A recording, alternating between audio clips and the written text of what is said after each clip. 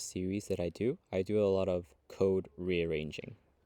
And I like to split up very large files to very many smaller files. And that is helpful in terms of organization. So if you think about in the real world, right, like let's imagine that you have a kitchen. You have a lot of cabinets, right? And each cabinet, holds a certain category of things, so you can keep track of it, right?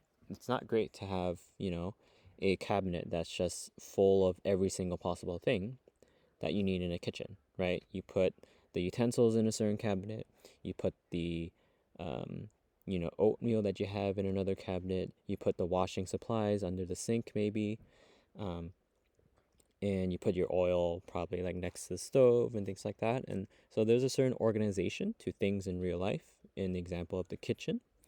And in this scenario for coding, it's also the very similar concept. So in this case, like let's say we had our make introductions thing. I actually don't want that to be here, right? Maybe the main function is going to do 20 billion other things, and I don't want to keep that code here. And so I'm going to introduce this concept really early on of having multiple files and being able to import functionality from other files. So what I'm going to do is I'm going to right click, I'm going to create a new file. Let's call it introductions helper.kt. You could think of that as a container or a cabinet that contains things that help us with making introductions. So I'm actually going to cut this and I'm going to move it to this other file. And I'm actually going to call it, I'm just going to make it introductions helper. Don't worry about this object method for now. And it's going to have a function that's called make introductions. Okay. And so if I go back to main, I can now import the introductions helper. And I can say introductions helper dot make introductions. So now as you can see, right,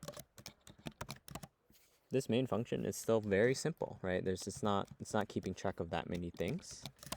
And all the complexity of making an introduction to someone is in this other object or in this other cabinet that deals with introductions. And in programming, you can have an infinite amount of cabinets, basically.